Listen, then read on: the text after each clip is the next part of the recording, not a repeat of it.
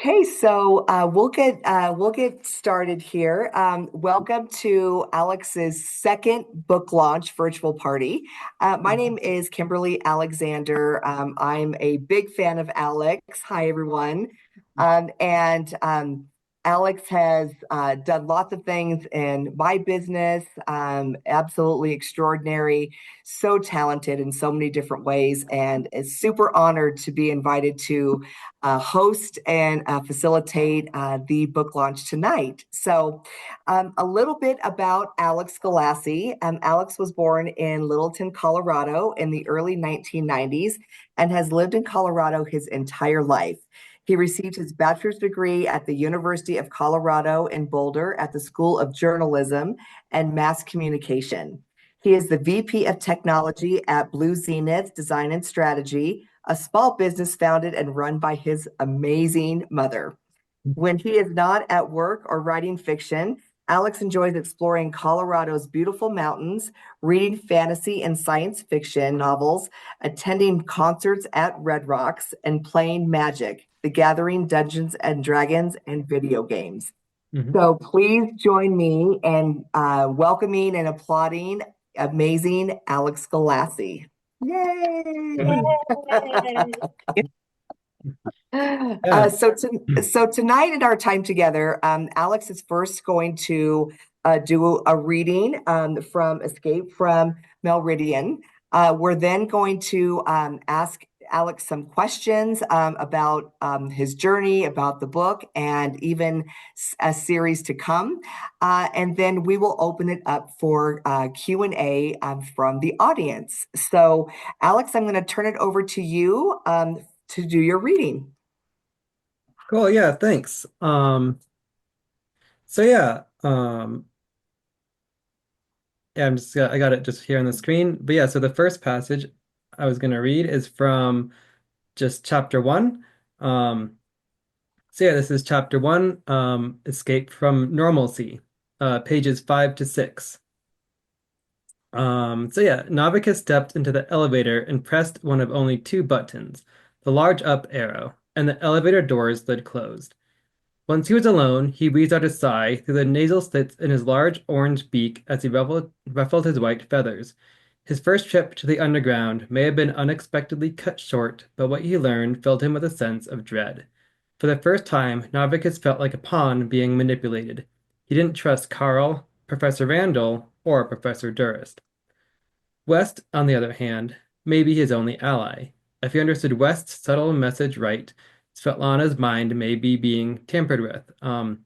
With all the wiring he and his team had connected to Svetlana's brain so she could control her robotic eye, hand, and other parts, it didn't surprise him. Yet, it was a terrifying thought. In the wrong hands, Svetlana could be a dangerous weapon. Plus, why did West's LSS tell him that they were being monitored? If even one of the compound's own security guards couldn't speak to him openly, then what was really going on? The elevator doors slid open, and Navicus found himself at the end of the hallway that was in his wing of the compound. It was late, only the security lights were on. Everyone was already back at the barracks. He had been expecting to be awake for most of the night, so he'd prepared a stimulator, but hadn't gotten a chance to use it. Instead, he made his way to the exit. He passed Jork, a light blue Lakinceitian, and one of the compound security guards as he headed outside. The cool air hit his face, and Navicus smiled. To him, nights in the Volgash Desert were perfect. The days were far too hot for his liking. He much preferred the cooler nighttime temperatures as his plumage was thick and dense.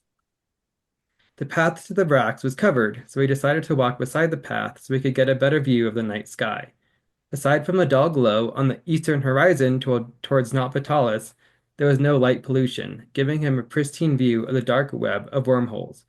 Even though they were dormant, they still shone and shimmered as light from the suns and the other planets was absorbed and shot back out of the cosmic ring.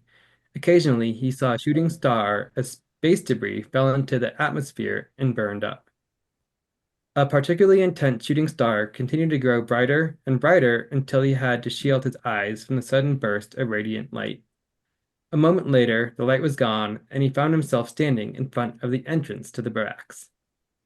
It's certainly been one long, strange day, he thought.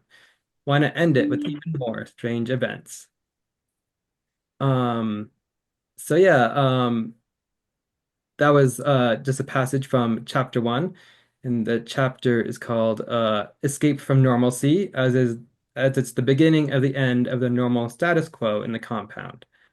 Um, it also establishes Navacus as the main protagonist, and Navacus was featured in the first three interlude chapters in Battle for Equitross. But yeah, there are many POV characters in Escape from Melridion, like about 10 to 12 POV characters, but Navicus is meant to be the main protagonist of the entire book series, with West being a close second. And yeah, speaking of West, who was mentioned in the previous passage, the next passage will feature West Kilinder. So yeah, this is chapter 2, Escape from the Ordinary, pages 19 to 20. Yeah, so West left the Titan enclosure and headed toward the blinking light on his internal map. Professor Randall was definitely hiding something. He'd been nervous when West asked him about the prophecy, as if there was information the professor didn't have the authority to share. West was certain there was more than a silly old tale. Along the way to Professor Peel's area, he passed by several Lakinceitian drones moving stiffly towards their own destinations. He had put up with a lot of brutality and violence while he was in the Intergalactic Bounty Hunter Association, but the drones bothered him more than any of that had.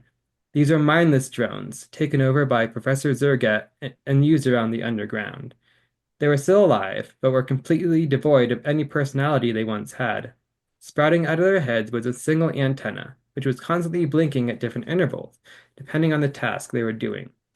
It was horrifying, but it made him thankful at least he had gotten through his experimentation alive and with his sanity. West approached Professor Peel's area of the underground and headed into the circular room. It had a similar layout to the Titan's enclosure, but this time there were only 5 doors. West scanned the room and found that aside from the life forms behind the first 2 doors, there was one massive creature behind the third door, 2 small creatures behind the fourth door, and a Usferchian-sized creature behind the fifth door. He shrugged and changed back to his normal vision. It wasn't any of his concern. He had only been asked to check out the first 2 doors. He headed for the door marked 1 and tapped the tablet to open the door. West entered the cramped space to find 3 large cells, each one situated on each of the 3 walls.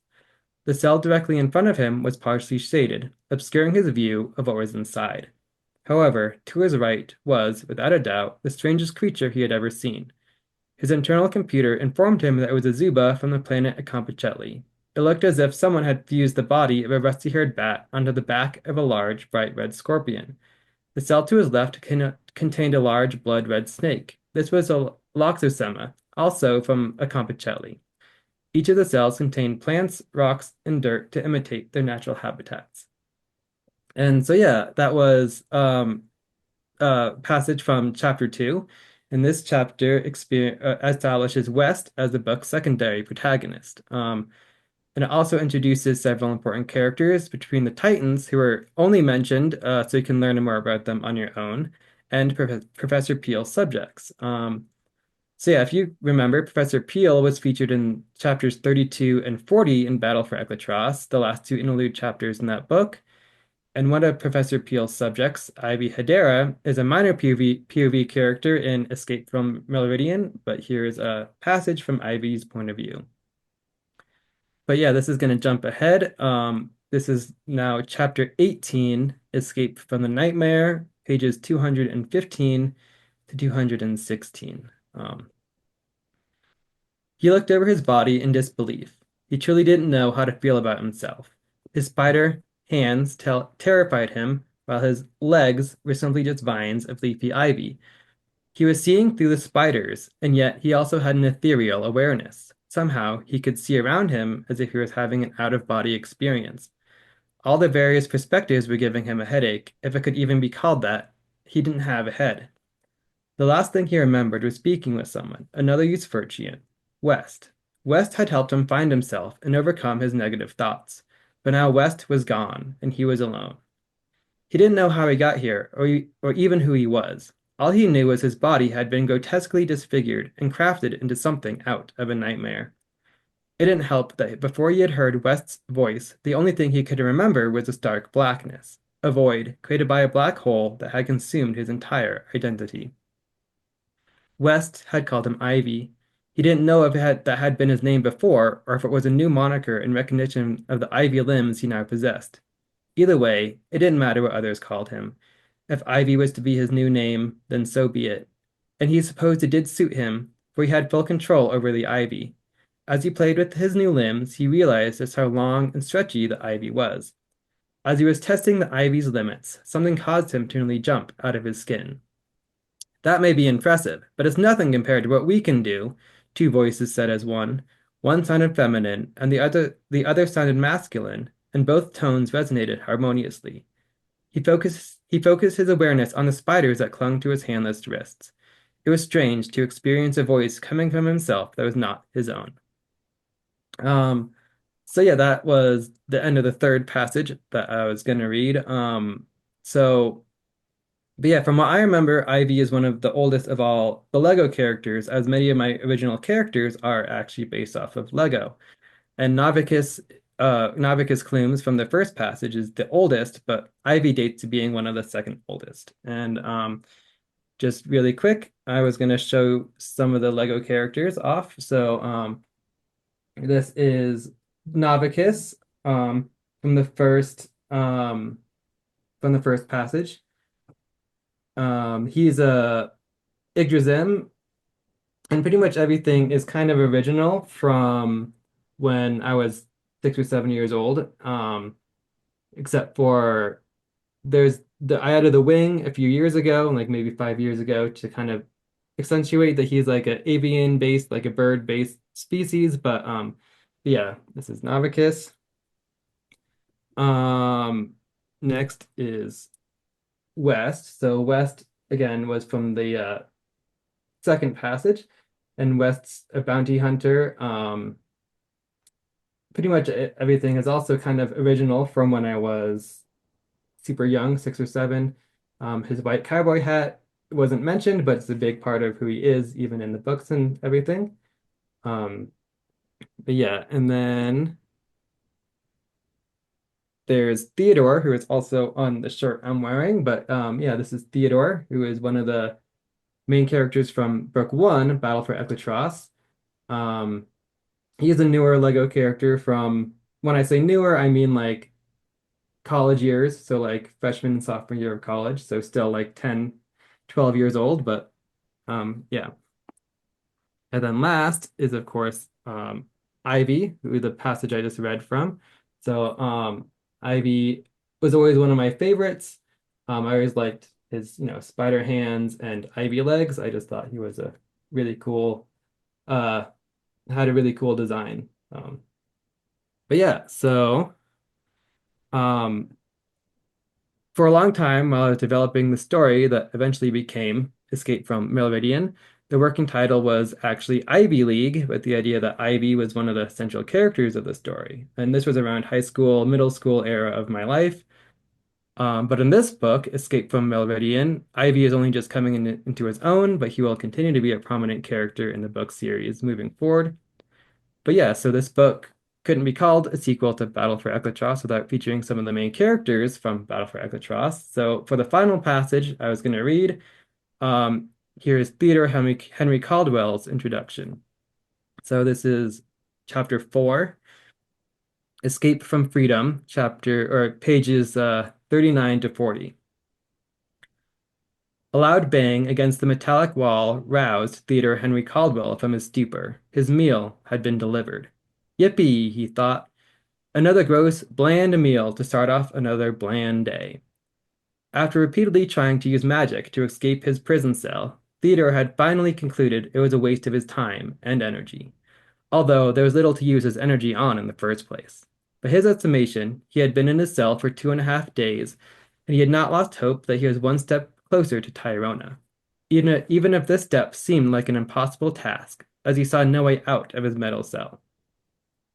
He sighed and attempted to stroke his beard, only to remember that it was gone. When he had woken up in his cell, he rudely discovered that both his face and his head had been shaved. Theodore shook his head, then got out of bed and took the handful of steps necessary to reach his food tray. As he squatted down, another loud bang against the wall made him lose his footing and slip, causing his legs to knock into the tray of food. Holy Eclatros, what was that? A window he wasn't previously aware of appeared, allowing him to see two figures standing before his cell. But both he had seen before. One was the dark green Lakinceitian that had been present when he emerged from the gate, and the other was the black-haired man with spectacles who had shot him with a drugged dart and placed him in his cell. My apologies about your meal. I'll see to it that you get a new one shortly. We can't have you going hungry. Please, place the tray on the platform, the Lakinceitian said as the platform came out of the wall. Thank you, I suppose. It's not enjoyable in any way, but it fills my stomach, he said as he stood up and placed the tray on the platform. He had more of the gray gruel on his pants than was left on the tray. I'm glad to hear that it's serving its purpose. Now, I believe introductions are in order. Please, call me Professor Durst. You may call my associate Mr. Fong. What may we call you? But yeah, so that's the end of the last passage that I was going to read, and this chapter picks up where Battle for Eclatros' epilogue left off and shows Theodore in his cell. But yeah, to find out more about what happens to Theodore, Navacus, West, Ivy, and the rest, read Escape from Melridion. Oh, wonderful. Let's give Alex a round of applause. Thanks. I'm hooked already. I'm hooked already. So I put in the chat the Amazon link. So if you would like to order your book of Escape from Melridion, it is on Amazon as we speak. So please get your copy this evening. So now we're going to jump into some Q&A with Alex. First question, Alex. What is the inspiration behind Escape from Melridion? Um, so yeah, it's kind of funny, but for many years when I was developing the story and book series, the story actually started with what is now Escape from Melridion Book 2. So the story was always supposed to start with the compound and Navicus's team as they worked on Svetlana, West, and Norman. But the problem was that every time we went to write the story, it would just always fall apart. And there was something that was always missing that I couldn't figure it out. So, but I wrote like many versions of the story, let's say five plus versions of that story, but it never worked. But I also never gave up on it, even if there were times when I wasn't actively working on it. But then around 2017, when I got the idea for Eclatros, which was actually supposed to be its own completely separate story, I realized that that was what was missing the entire time, and Eclatros ties everything together to complete the story. But yeah, so I think of the entire book one, Battle for Eclatros, as kind of as a prelude to the entire Rebalancing the Cosmos series. But at the same time, Escape from Meridian could never happen without Battle for Eclatros. But yeah, so Escape from Meridian features stories and characters I've been developing since at least elementary school, middle school, and is the story I've always really been wanting to tell. So yeah. Awesome. How is Escape from Melridion different from Battle of Alcatraz, and how are they similar? But yes, Escape from Meridian is quite different from Battle for Eclatros, but at the same time, book two is the direct sequel and picks up directly where book one leaves off for many characters and storylines. But the main difference is that Escape from Melridion takes place on the planet Melridion rather than on Eclatros. While Eclatros is still an important planet, and we will return there eventually, the story is just now focused primarily on Melridion.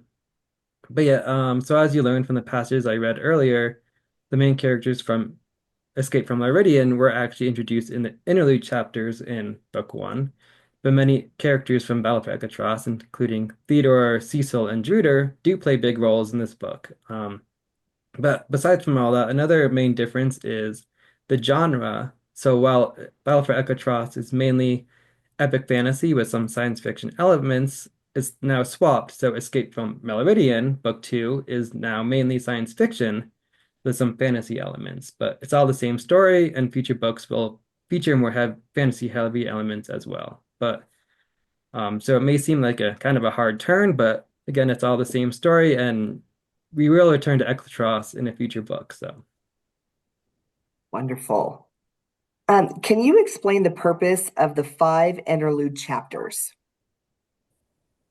yeah, so kind of unique to the books is are the five interlude chapters that appear in them. But and the idea was that the interlude chapters were meant to introduce characters, ideas, and concepts that are not part of the main storyline, but are still vitally important to like the overall story. I mean not part of the main storyline of the book, but to the whole series storyline. But so book one's interludes, Battle for Egotras's interludes featured Professor Navacus Clums and Professor Peel, and the purpose of those chapters was to introduce readers to the characters and the compound itself. So the idea was that by establishing the characters and the concepts in book one, I meant I could jump into book two without too much explanation on the compound and who Navicus was.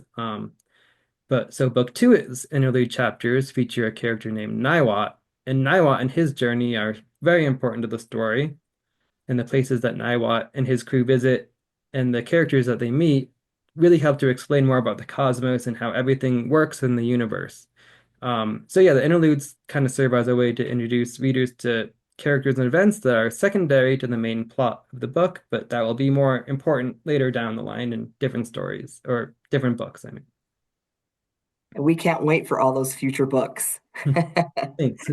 Uh, so how did you build the world, or in this case, the cosmos? Yeah, so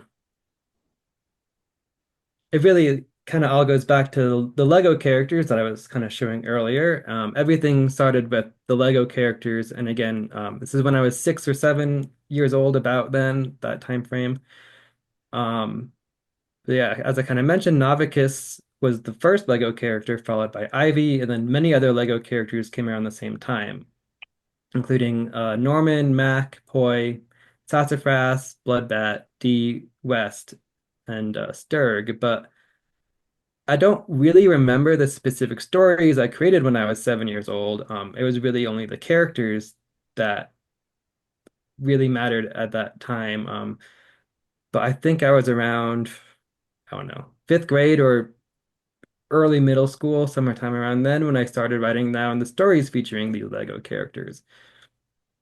But the oldest story I remember writing with these characters is very different from what it evolved into today. Back then, Navicus and Ivy were in charge of their own spaceship called Dolorant, which is still the name of their spaceship today. And their enemies are actually Norman, Kate, and their crew. And the story involved Navicus and his crew stealing a painting, Visionaries, and the aftermath of what happened after that art heist. But so right, that story is very different from what evolved into today. But the storyline, the art heist story, may appear in a as a arc in a it's a story arc in a future book in the series. But it was only when I was developing that story, the art heist story, that some of the very first non-Lego based characters were created from Grasberg, Kurjan, Basarg, and all these different characters were on Norman's crew. But starting with that story, everything kind of evolved from there. And as the story got bigger, so did the universe.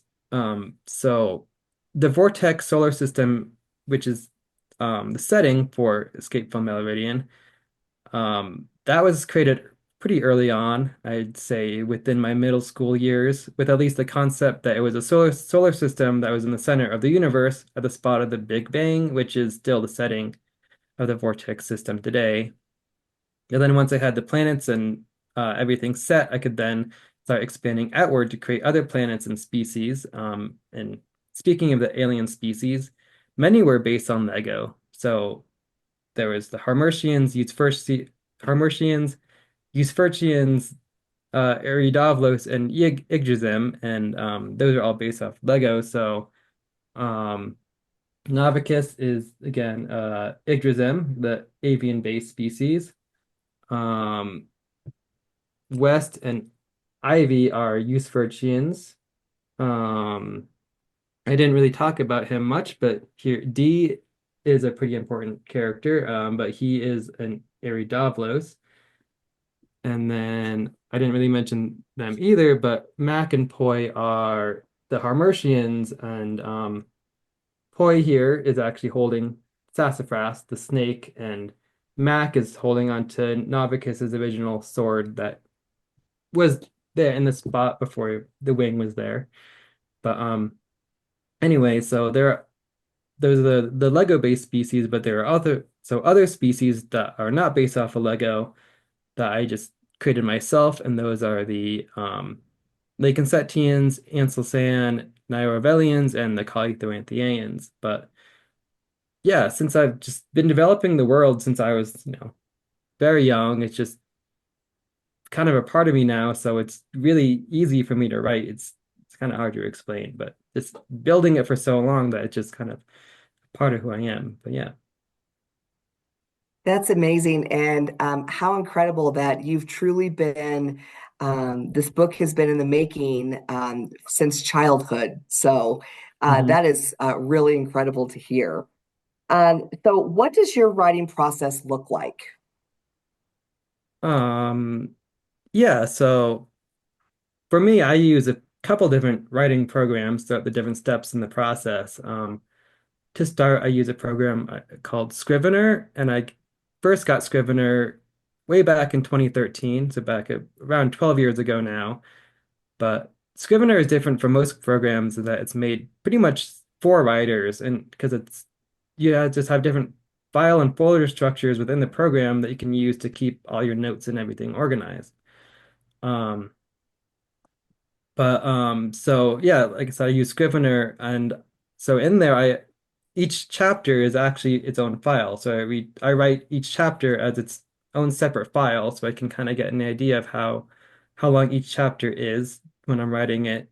But then once all the chapters are finished, I combine it all together and convert that into a Word document. And then within the Word document, I read it over a couple times and edit and tweak it in there. And after that, I bring it into Pro Writing Aid. And Pro Writing Aid is a program that you can open up Word documents in it and points out different grammatical errors and typos and stuff. But the issue with Pro Writing Aid is that it's really laggy when you're dealing with books as long as mine are, like 600 pages. It's just too laggy, so I don't make edits directly in Pro Writing Aid. I make the edits in the Word document still, but after all that process, um, I read it over a couple more times, and then it's ready to send to my wonderful professional editor. So yeah. It is such a process, and I'm sure a lot of people don't realize the work and the steps that it takes to turn out a really incredible book. So, Mhm. thank you for all the great work that you put out in the world. And for everyone, we've got one more question, but wanted to let you know it looks like when I initially put in the link for Amazon, I put in an O versus a zero. So I put in the correct updated link. So if you want to order the book tonight, the updated and correct link is in the chat. Okay, so last question is what's next for the Rebalancing the Cosmos book series? So yeah, the current plan, but of course plans can change, is that it's going to be 5 books, which means that there's 3 more books left that I need to write. I haven't started writing the third one yet, but I will probably be start it within the next couple weeks. And I have a pretty good idea on what will happen. I have lots of notes and everything, but again, just have to go through that. But yeah, like I said, I think it's going to be 5 books, but of course it can take longer to tell certain stories, and if that happens, it would grow, but I don't really want it to because I feel like 5 is a good number for me as a writer and more manageable also for you as a reader than, 6 or more 600-page books. So that's the idea is 5 book series. Well, it is quite an accomplishment, and we applaud you.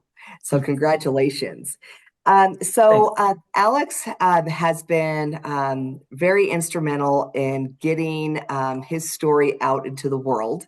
I know we have a national audience on tonight, but wanted to let everyone know where he'll be out marketing his books at a few different events. April 26th and 27th. It's the Oddity and Bizarre Expo in Colorado Springs, Colorado. Yet again, another great reason to visit our beautiful state. um, June 13th through 15th is the Parker Days Festival in Parker, Colorado at O'Brien Park. Mhm. And then in September, it'll be the Oddity and Fear Fest. So mark your calendars, hop a plane if you're not in Colorado, and we would love to see you. Um, now we're going to turn questions and answers over to the audience. Just if you want to just click at the bottom of your screen, chat box, and we'd love to answer your questions that you have for Alex. Mhm. We'll give everyone a minute or so to send their questions. Okay, we have one from Todd. How many characters in the new book? And yeah, makes sense from Todd. If it's okay, for those who don't know, Todd Colvin is my uncle, but he is also narrating the audiobook for Battle for Alcatraz, and very exciting for how that is turning out. Um, so yeah, there are, I mean, I know the number, it's just a lot. There's like, because I have in the back of the book, there's like the glossary, and the glossary lists out all the characters, and there was like definitely over 100. It's a lot, I know, but they're not all like major characters and not all like I'm sure speaking he's got his parts. hands full, but these fluids need to be started. This is what's going to help me feel better. And it's been like an hour since I've been up here. Sorry, Oops, let's Matthew. get Matthew muted. Okay.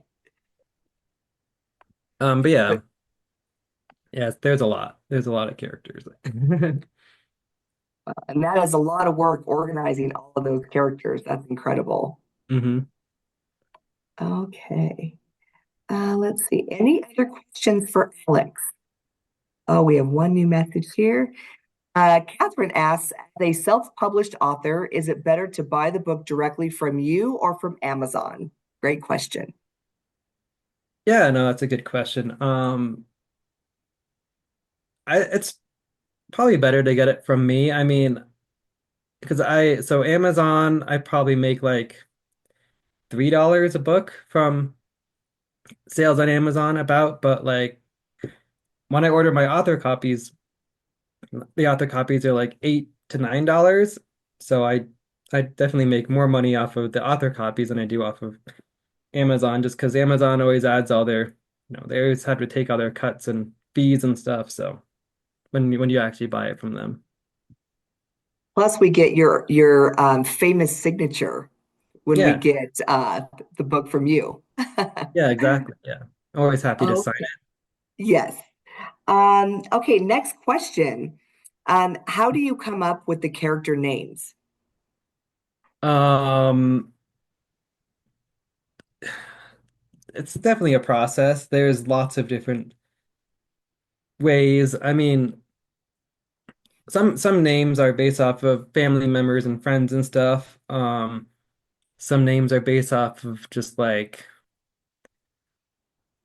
um uh well, a lot are actually based off of Final Fantasy, so there's a lot of like characters that reference Final Fantasy characters and stuff like that. And then there's just random names that I just kind of come up with. A lot of the random names, like let's say Sage Mason from book one, he was never supposed to be like as big of a character as he became, but just the way it goes. It just create these characters. Sometimes I think they're just going to be kind of like in the background, but then they end up becoming way more important, and it's just the way that it goes. But yeah, a lot of the main characters are based off of like friends and family, and then again, Final Fantasy. So those are the That main is three. really cool. Yeah. That is really neat. I love that. Okay, Erica asks, do you have a merch store and where people can get cool merch like the shirts you and I are wearing? Yeah. Twinsy. I So do kind of you have a figured. merch store? Yeah, kind of. I can bring up the link really quick. It's through a company called Sticker Mule. And it's where I make like my stickers through there. But I also have shirts and stuff that I have there. Let's see if I can find it real quick. If not, oh yeah, here we go. So here's the link, and I'll post it in the chat. Great.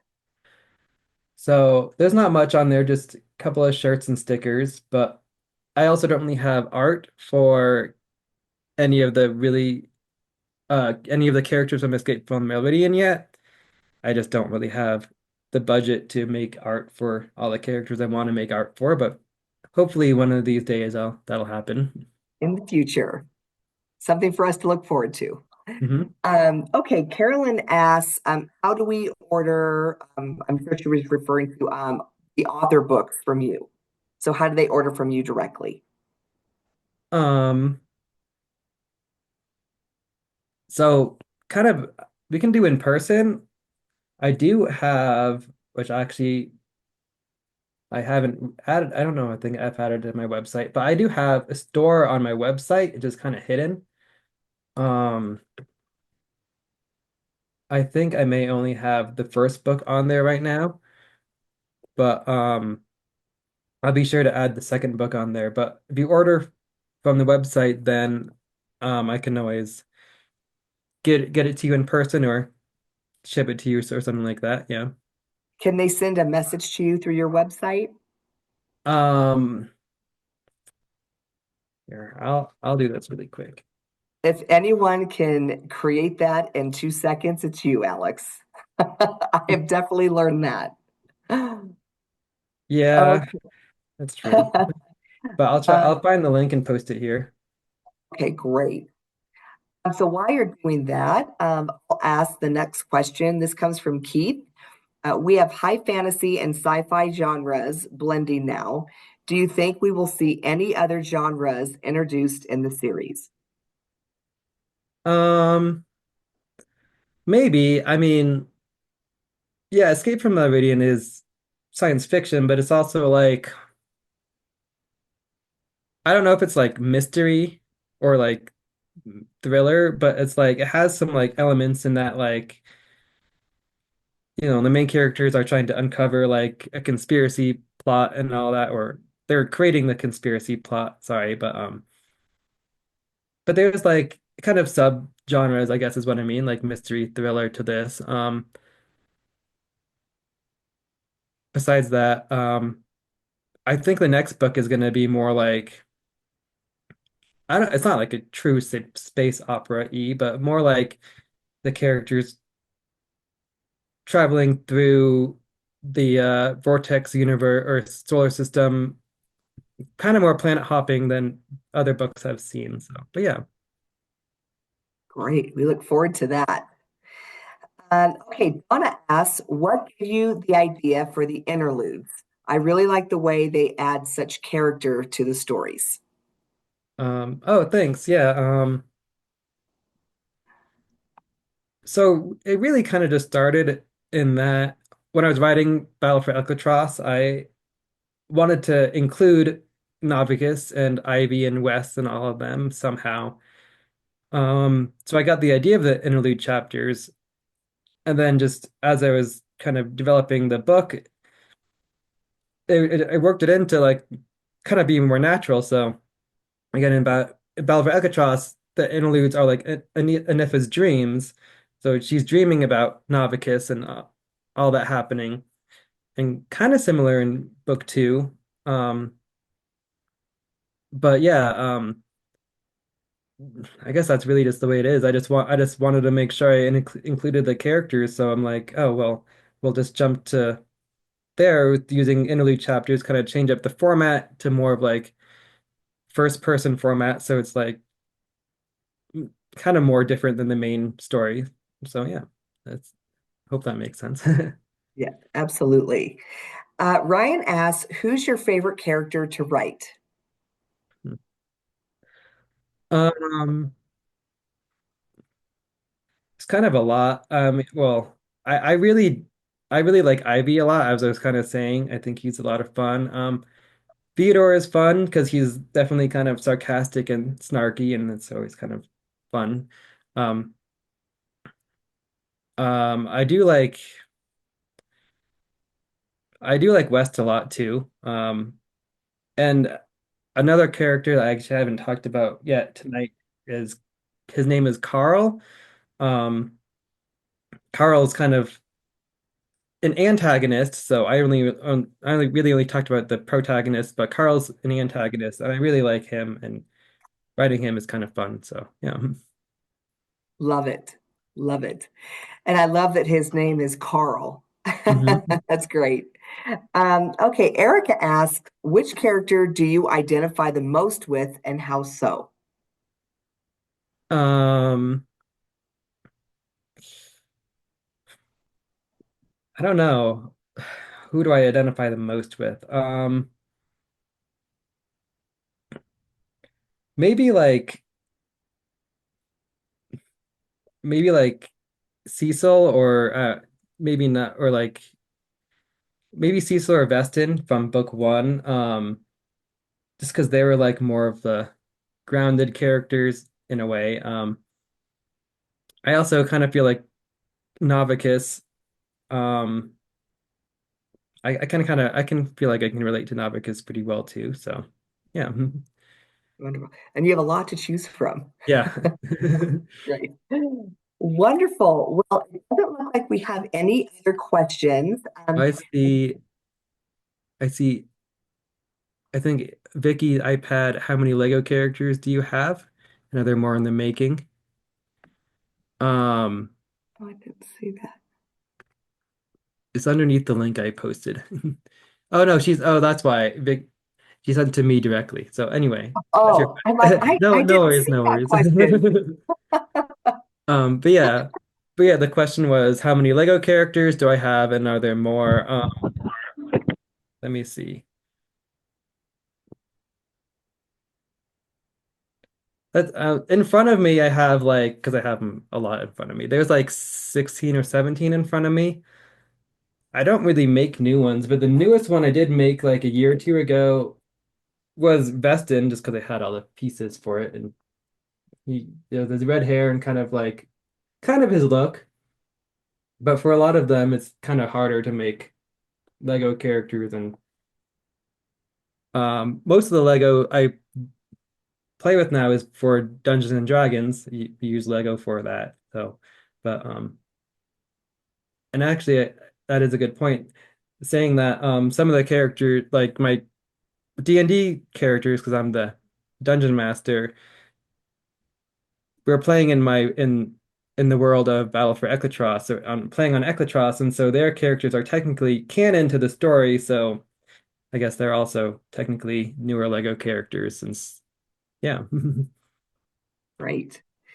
Roscoe asks, was writing book two easier or harder after writing the first book?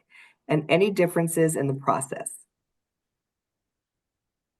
I think it was definitely easier just because I kind of knew what I was doing more, especially when it came to like reading it over and editing it and knowing what to cut out. But I kind of mentioned I haven't started writing book three yet, and the main reason why I spaced it out that way, can same with book two. I started writing book two only after book one was fully published and everything was done with that because I didn't want to start writing book two right away and then also book three just because I want to learn from the process. I wanted to learn from the writing process and the mistakes I made, and then the editing process.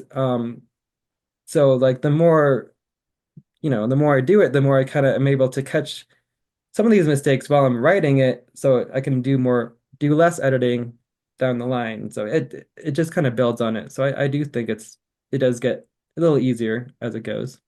Okay. As the story builds, you're building upon that. That's Hmm. great. So Todd asks, since you are a naturally kind person, I love that. Is it a stretch writing the more sarcastic or contrary characters, or does that just let you stretch your creative legs, so to speak? Yeah, no, I think a